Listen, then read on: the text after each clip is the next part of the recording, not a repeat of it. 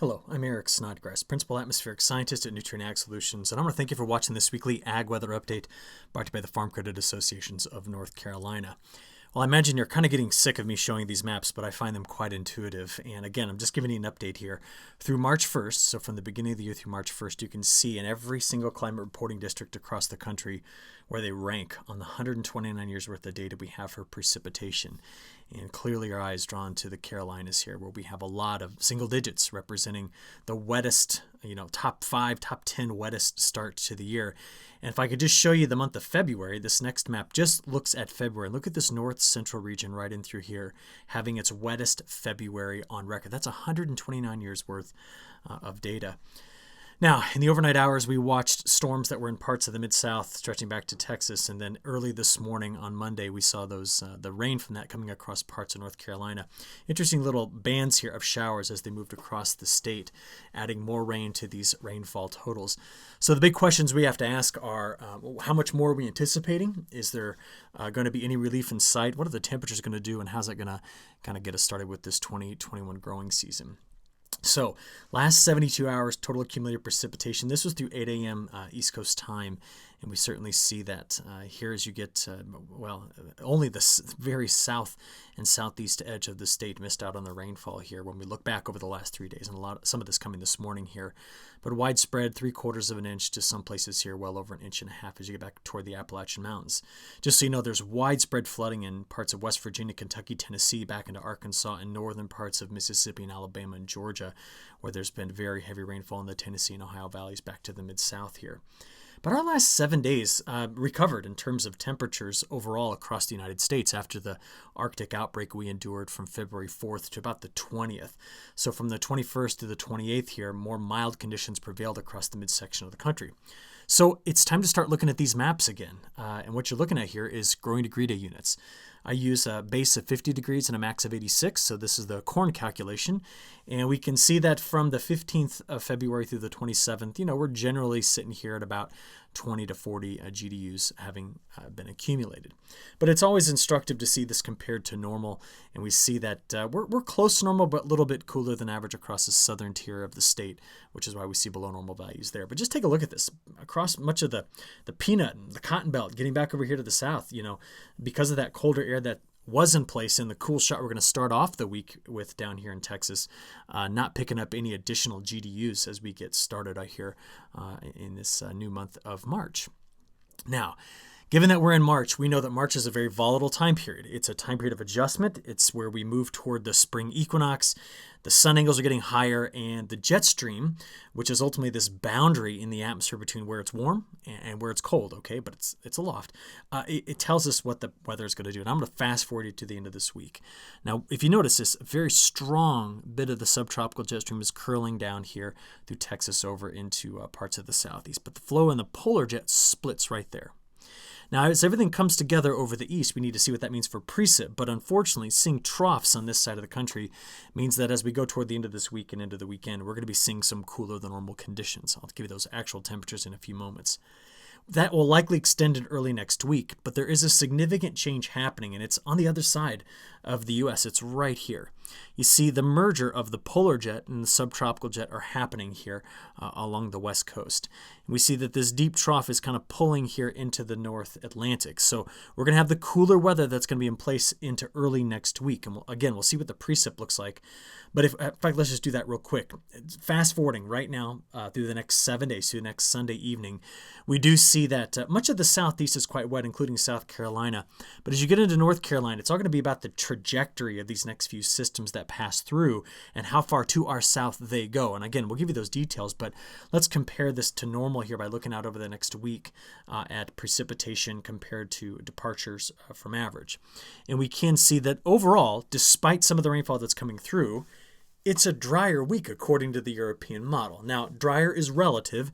We still have a few chances at rainfall, but none of this torrential rain like we had been seeing as of late.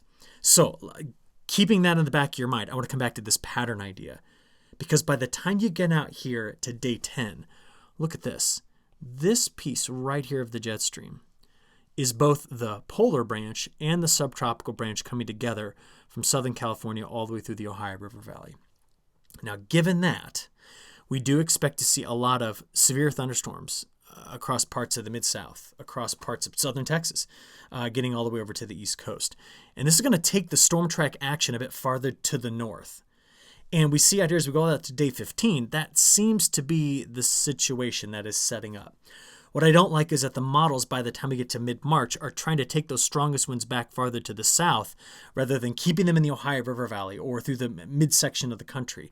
And why I bring that up is because this brings North Carolina back into the target of having above average precipitation.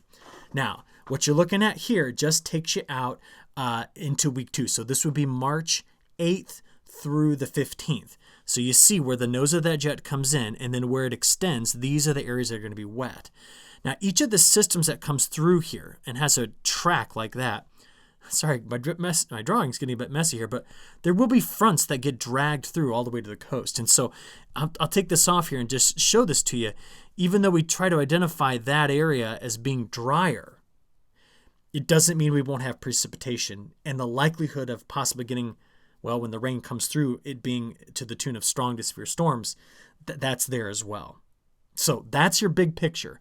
Now let's get into those details I promised. Okay, today, big high pressure cell sitting down here, and that's what's feeding the overrunning on that boundary right there. There is another shortwave on the backside, put an X in it, that we're going to watch for midweek this week to come over and hit North Carolina. There's then this feature that's sitting off the west coast, and that one is also going to cut through and eventually come over as well. But these next two systems don't quite bring in the rainfall totals that we had seen as of late. And that gets us basically through the next week in terms of how much precip we're going to be seeing. All right, so on the all hazards map today, we're in the clear except for some river flooding. Okay, so we don't see any, additional flood watches or flood warnings like you see back here in Tennessee, northern Tennessee, but Kentucky into West Virginia. But we still got an active pattern to keep an eye on. Let me show you what I'm talking about. We've already seen through about right here. So this gets us through about 9 o'clock this morning. Gosh, the NAM model last night did a fantastic job of that. So scattered showers throughout the day today. We can see this is through 2 p.m., getting through about 5 o'clock this evening. Now, the next system at that point is taking shape over Texas, Arkansas, and Louisiana. We get through much of the day on Tuesday on the drier side of things. But as we go, look at this. This is now going to be Tuesday afternoon, getting into Tuesday evening, now into Wednesday morning. The models are bringing back in the overnight hours on Tuesday into Wednesday morning, more scattered showers from that second wave that I just showed you. So now we've got this idea about the first two systems, the one today, the one that's coming through early in the morning on Wednesday. We need to flip over to the European model to see what's happening after that. So we've already seen this second system taking shape right here. So let's pause it midday on Wednesday. Now you notice that moves offshore by Wednesday evening. And then we go through the day on Thursday and into the day on Friday, now working our way into the day on Saturday without a whole lot going on. But on Saturday, there's this low that came out of the Colorado Rockies on Friday, dipped down here toward the Gulf Coast early Saturday morning.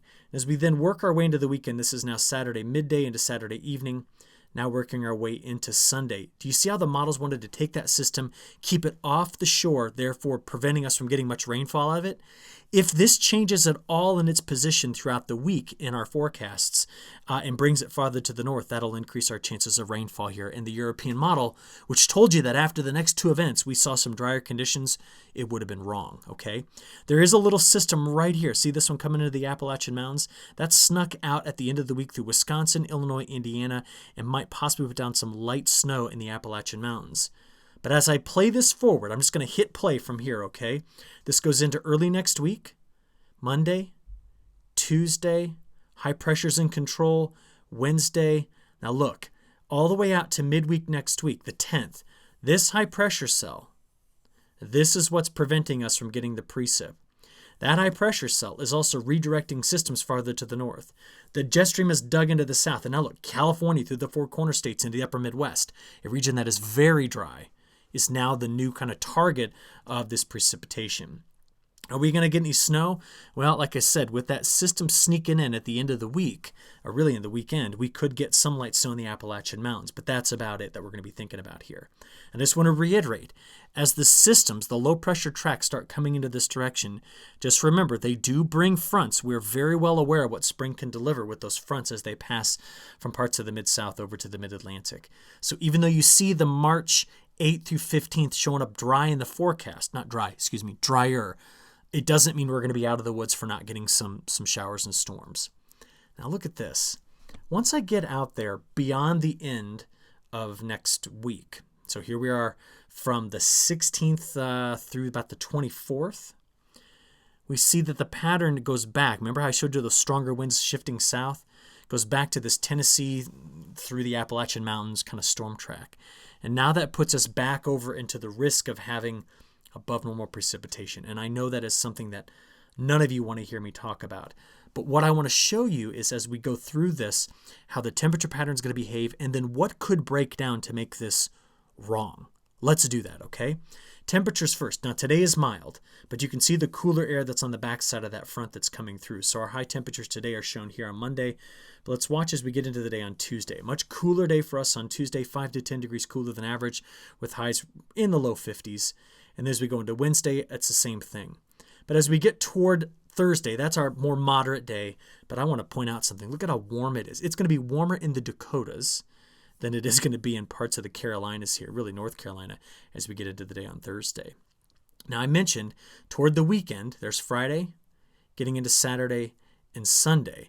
Now we really have that flip-flop right over the weekend, much above average here in the northern plains, much cooler than average here along the East Coast. That was when the pattern, remember, split like this, but dove into this broader trough in terms of the jet stream flow across the east. And it seems as though throughout the day 5 through 10, we're going to have to let that exit toward the east here before we start to bring in more mild conditions. But those mild conditions seem to be reappearing once we get out there past March 8th, 9th, and 10th. And therefore, in the day 10 through 15 time period, we see the cooler half of North America is the western half of North America. And with the jet stream pattern still doing that, we're going to be seeing better chances of having more above average temperatures moving forward. Now, looking out here to week 3, so this gets you all the way into March 24th, we see that we continue to favor the above average temperatures with the cooler weather west. And in my last 90 seconds or so here of covering North America, before I go to South America, I want to show you what could go wrong. We're going to start first with the MJO. Now, if the MJO, which is currently in phase 6, pops out into phase 7, 8, and even over to 1, those are not cold phases for North America. If we come down here into phase 2 and 3 at high amplitude, then we start to see a much better relationship between the tropics and the extratropics where we live with cooler weather. But look at what the atmosphere is doing. It's trying to put a large area of subsidence here in the midsection of the Pacific Ocean. And I'll just show you something. We would want rising motion there, historically, if March was going to be really cold. That's what the analogs would say. So it's not in the right configuration to be cold for a long time period. Then we know about these two, right? The Arctic Oscillation, a big high-pressure dome here. That's the one that spreads all the cold air that's over the Arctic south, sometimes over North America. If at the same time the Arctic Oscillation goes negative, the North Atlantic Oscillation goes negative, then we have troughs that occupy the East Coast for a while as big ridges build up toward Greenland. And right now, the Arctic Oscillation is positive and the North Atlantic Oscillation is positive, which means we tend to see these patterns showing up in the temperatures. Now from there, let's look at the Pacific, because it's important to keep an eye on what's going on in Alaska, for example.